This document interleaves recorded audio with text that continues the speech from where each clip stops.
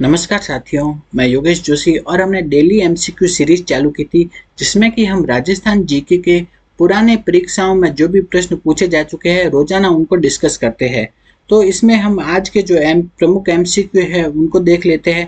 तो पहला प्रश्न है कि पैलेस ऑन व्हील कौन सी है? पैलेस ऑन व्हील ट्रेन किस जगह नहीं जाती है? ठीक है, तो पैलेस ऑन व्हील जो ट्रेन है, शाही ट्रेन है, वो कौन सी जगह नहीं जाती है? ये मुख्यतः कौन से जो टूरिज्म वाले जो जिले हैं वहां पे जाती है। तो इसमें ये जाती है सवाई माधोपुर में जाती है, जैसलमेर, चित्तौड़, इन सभी जिलों में जाती है, लेकिन ये धौलपुर में नहीं जाती है। तो इसका आंसर हो जाएगा डी। अगला प्रश्न है हाडी रानी की बावड़ी कहाँ स्थित है? तो हाडी रानी की बावड़ी स्थित है टोडराय सीएम में। कहाँ स्थित है? टोडराय सीएम में।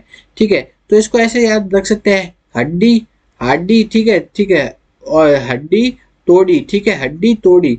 ठीक है, तो हाडी रानी की बावड़ी कहाँ स्थित है? टोडराय सीएम में। तो इस टाइप से याद रख सकते हैं।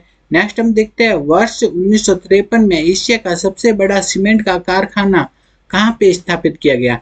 तो 1953 में जो सीमेंट का सबसे बड़ा कारखाना था वो स्थापित किया गया सवाई माधोपुर में। कहाँ? सवाई माधोपुर में।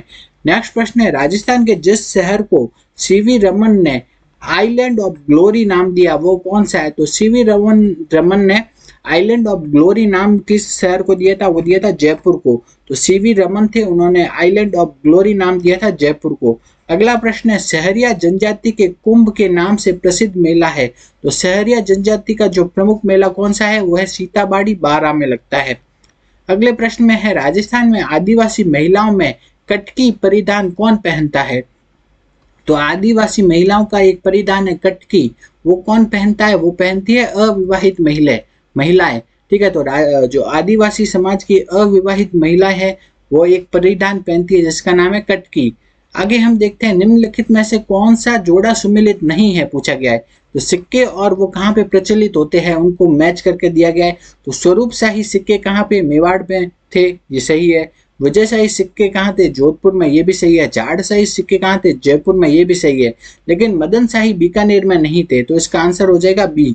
ठीक है, अगला प्रश्न हम देखते हैं खगोल विज्ञान के बारे में जिज मोहम्मद शाही पुस्तक किसने लिखी थी? तो जिज मोहम्मद शाही जो पुस्तक है वो किससे संबंधित है? खगोल विज्ञान से संबंधित है। तो और ये लिखी किसने थी? वो लिखी थी सवाई जय सिंह ने। किन्होंने? जयपुर के सवाई जय सिंह ने, उन्होंने एक पुस्तक लिखी, उसका नाम था जिज मोहम्मद शाही, और वो किससे संबंधित है? वह है खगोल विज्ञान से संबंधित है। अगला हम देखते हैं कि उस स्वतंत्रता सेनानी का नाम बताइए जिसने पंछीड़ा नामक लोकप्रिय गीत की रचना की। तो पंछीड़ा गीत लिखा था, वो लिखा था माणिक्यलाल वर्मा ने। आगे हम देखते हैं जयपुर में राम प्रकाश थिएटर की स्थापना किसने की थी? तो जयपुर में राम प्रकाश थिएटर बनाया था, वो बनाया था महाराजा राम सिंह द्वितीय ने। आगे देखते हैं लप्पा लप्पी किरण और गोखरू क्या है? तो लप्पा लप्पी किरण गोखरू ये सब क्या है? गोटे की किस्में है। तो लप्पा लप्पी किरण और गोखरू ये सब क्या है? गोटे की किस्में। नेक्स्ट हम देखते हैं मुर्खिया। मुर्खिया आभूषण है वो कहाँ पे पहना जाता है? पहना जाता है कानों में। मुर्खिया आभूषण पहना जाता है कहाँ पे? पहना जाता है कानों में। नेक्स्ट हम देखते हैं समाचार पत्र है और वो उनका प्रकाशन कहाँ से होता है? उनको मैच करना था। ठीक है, तो इसमें ये मैच करना था तो हमने मैच करके लिखा है। प्रजा सेवक का प्रकाशन होता था जोधपुर से। नवीन राजस्थान का प्रकाशन कहाँ से होता था? अजमेर से। लोकवाणी का प्रकाशन होता था जयपुर से। सर्जन कीर्ति सुधार का प्रकाशन होता था उदयपुर से। ठीक है, तो ये समाचार पत्र है और उनका प्रकाशन स्थान है। नेक्स्ट हम देखते हैं लोक देवता है, उनको उनके नामों वगैरह से मैच करना है। ठीक है, लोक देवताओं की जो सूची दी गई है उनको मैच करना है। ठीक है, सबसे पहले हम देखते हैं जाहिर पीर। जाहिर पीर किन्हें कहा जाता है? वो कहा जाता है गोगा जी को। जाहिर पीर कहा जाता है गोगा जी को। शिव का अवतार किन्हें माना जाता है? तो शिव का अवतार माना जाता है तेजा जी को। किनको माना जाता है? तेजा जी को। लक्ष्मण का अवतार माना जाता है, लक्ष्मण का अवतार माना जाता है पाबू जी को।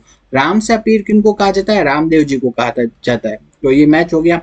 नेक्स्ट हम देखते हैं हाड़ौती सेवा संघ की स्थापना किसने की थी? तो हाड़ौती सेवा संघ की स्थापना की थी पंडित नैनूराम ने।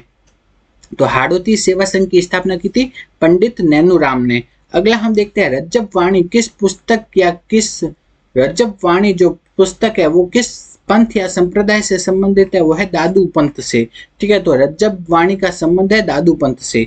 नेक्स्ट हम देखते हैं स्वामी दयानंद सरस्वती पहली बार 1865 में रिक्तिस्थान के राजकीय अतिथि के रूप में राजस्थान आए थे।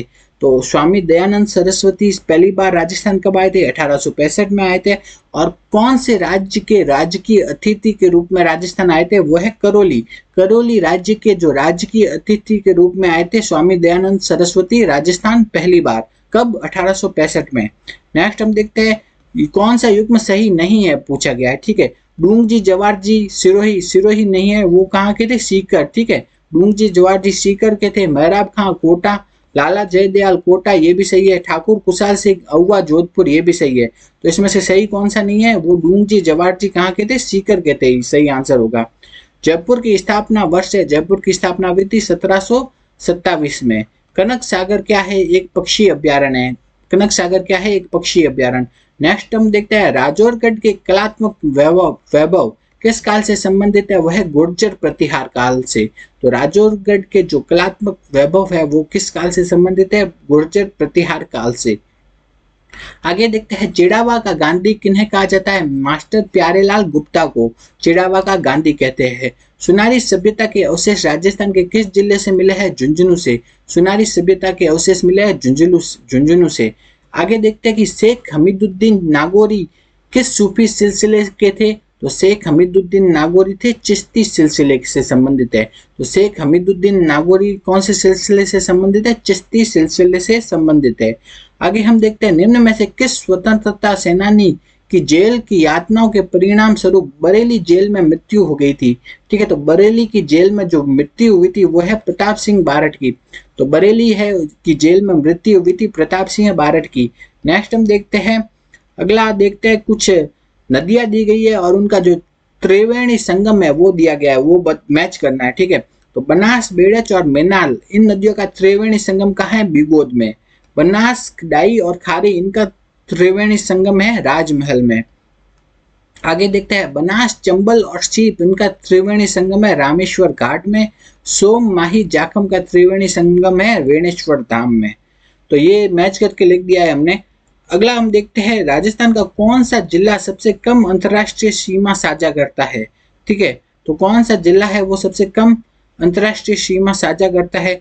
ठीक है, तो इसका आंसर होगा बीकानेर। आपके आंसर की में जो आंसर दे रखा है उसका नाम वो है बीकानेर।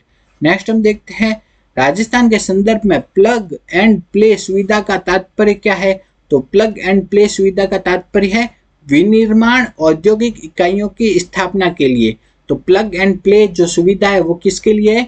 विनिर्माण औद्योगिक इकाइयों की स्थापना के लिए है प्लग एंड प्ले सुविधा। किसके लिए? विनिर्माण औद्योगिक इकाइयों की स्थापना के लिए।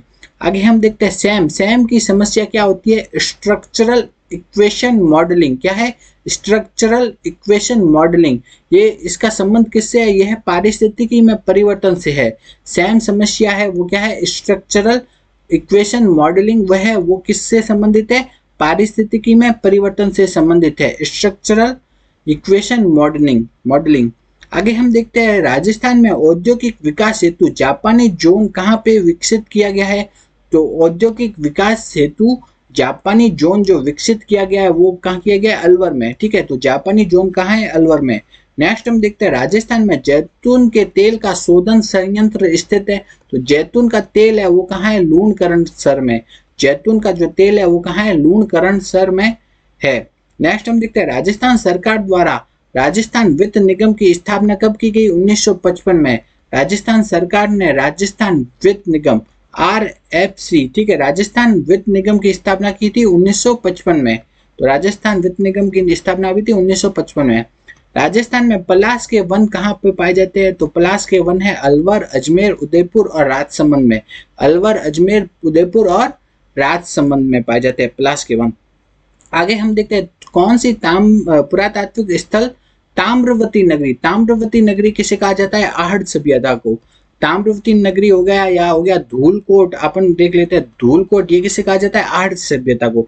जबकि आपसे बोल दिया जाएगी ताम्र युगीन सभ्यताओं की जननी, वो होता है गणेश्वर सभ्यता।